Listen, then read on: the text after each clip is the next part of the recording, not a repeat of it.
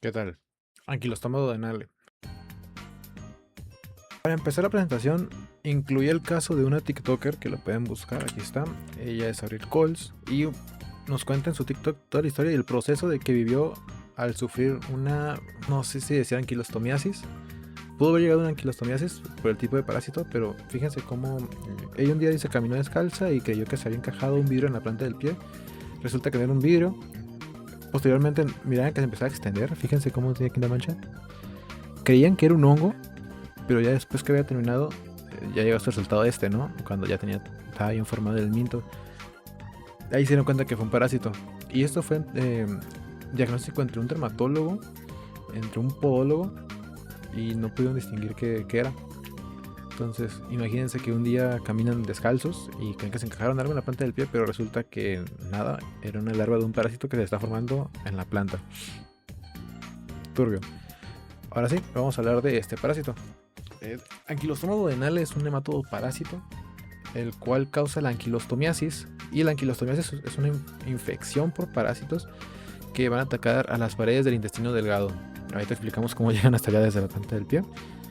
Este parásito es un hematófago y le interesa estar cerca de la sangre o una fuente de sangre. También se le dice que es el viejo mundo porque su distribución geográfica se le conoce que viene de Europa del Sur, el norte de África y Asia. Esos lugares que pues incluso la Biblia nos dice que de ahí empezó la historia de la vida, ¿no? Anquilostoma duodenale y Necator americanus, que es otro parásito, son parásitos muy similares, los cuales producen anquilostomiasis, por lo que los estudiamos juntos. Tanto su biología, su epidemiología y sus manifestaciones clínicas son muy similares.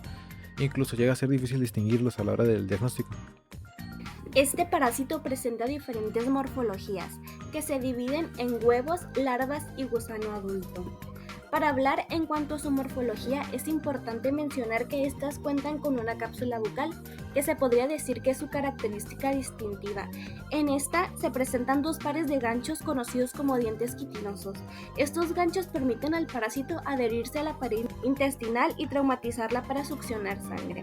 También tenemos los huevos, que presentan una forma ovalada con un tamaño aproximadamente de 60 micrómetros. Su estructura presenta una envoltura transparente y sumamente delgada. Contiene un embrión segmentado, sin embargo, este varía según el grado de maduración. Tiene una zona clara bien definida entre el embrión y la envoltura, como se puede observar en la imagen de abajo. Este también presenta dos tipos de larvas.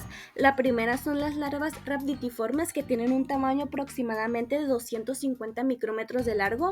Son móviles y su morfología tiene un extremo anterior romo con cápsula bucal larga, intestino visible que termina en el ano, extremo posterior puntiagudo. Sin embargo, estas no son infectantes para el ser humano, contrario a las larvas filariformes, que son un poco más grandes con un tamaño de aproximadamente 500 micrómetros de largo. Son muy móviles, su morfología presenta una cavidad bucal, lancetas del extremo anterior, una más gruesa que la otra, tiene esófago recto sin división y estas sí son las formas infectantes del parásito.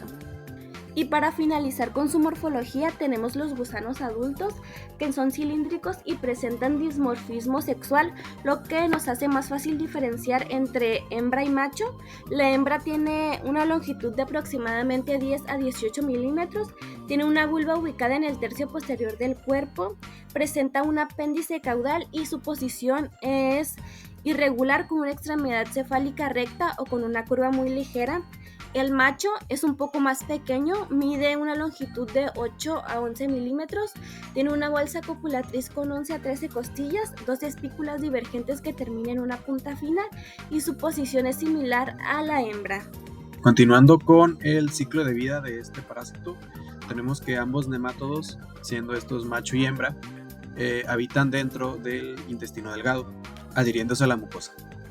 Después de que estos copulan, la hembra empieza a poner huevos que salen al exterior por nuestras heces fecales. Los huevos llegan a la tierra por diferentes factores, ya sea por fecalismo al aire libre, el uso de excremento como abono o las aguas residuales para el regadío de plantas. Y si el huevo encuentra condiciones favorables de temperatura, humedad o de ventilación, este puede continuar su desarrollo hacia un estadio de larva rhabditiforme. La cubierta del huevo se rompe entre las primeras 24 a 48 horas y deja libre a la larva L1. que en el exterior ya se empieza a alimentar de bacterias y de materia orgánica que se encuentra en el suelo. Luego, después de 2 a 3 días, esta larva muda a un estadio L2, sigue siendo rhabditiforme y se sigue alimentando en el suelo, y ya de 2 a 5 días muda de nuevo y se transforma en un tercer estadio L3, ya siendo una larva filariforme envainada, la cual ya esto es la forma infectante del parásito. El problema es que este parásito ya no se puede alimentar del suelo, sino de sus propias reservas. Aquí el problema, ya que son limitadas y necesita de un huésped pronto, o de lo contrario muere. ¿Cómo se infectan las personas? Estos parásitos penetran por la piel expuesta al suelo contaminado. La más predominante, podría decirse, son los pies, que si están sin zapatos, si están descubiertos, pueden ser infectados si es que pisan una zona que esté contaminada con este parásito.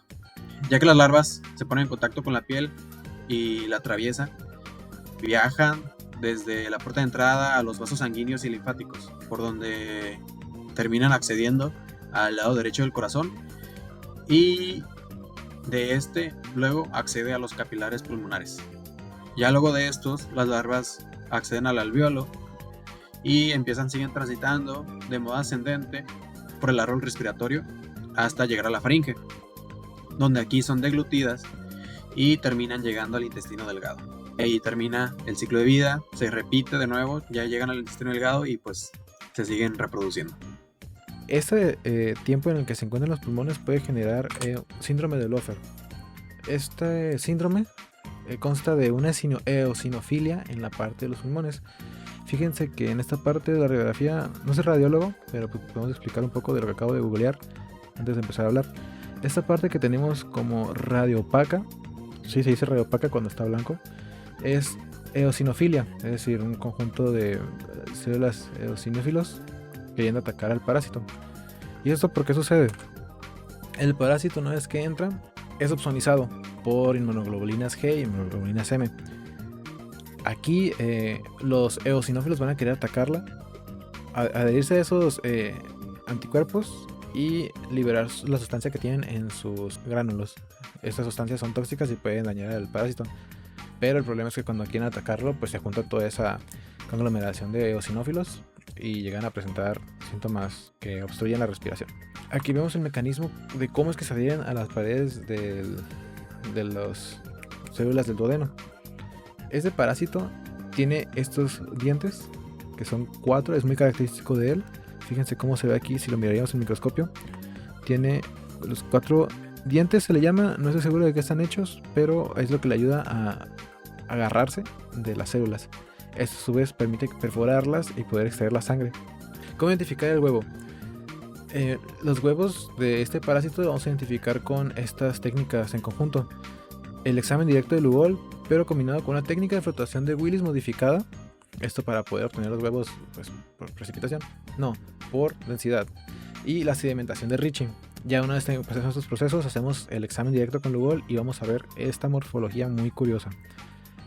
Ojo, los huevos no los voy a llamar huevos de Ankylostoma duodenale. Se tienen que llamar como huevos anquilostomidios. Sí, porque tiene acento.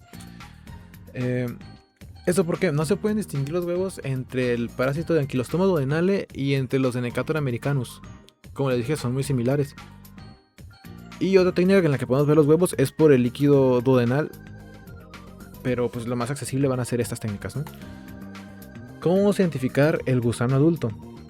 Estos llegan a ser expulsados ya que empezamos a hacer el tratamiento del parásito. También podemos hacer un coprocultivo con el método de Arada-Mori, cuando tomamos una muestra de heces y lo dejamos cultivar. No cultivar, sino que en un botecito y que crezcan las larvas. Apenas de esa forma podríamos.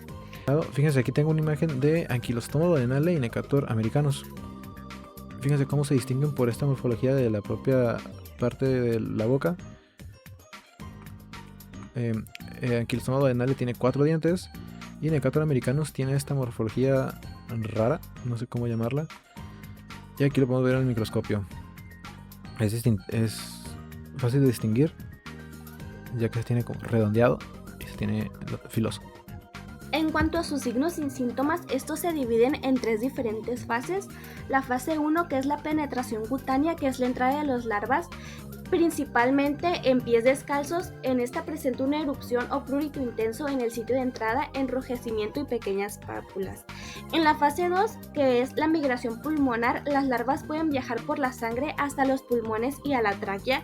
Los síntomas son tipo síndrome de Leufeld, que presenta tos seca con esputo o sangre, dificultad respiratoria o sibilancias, fiebre leve o eosinofilia alta, que es una respuesta del sistema inmune ante estas infecciones.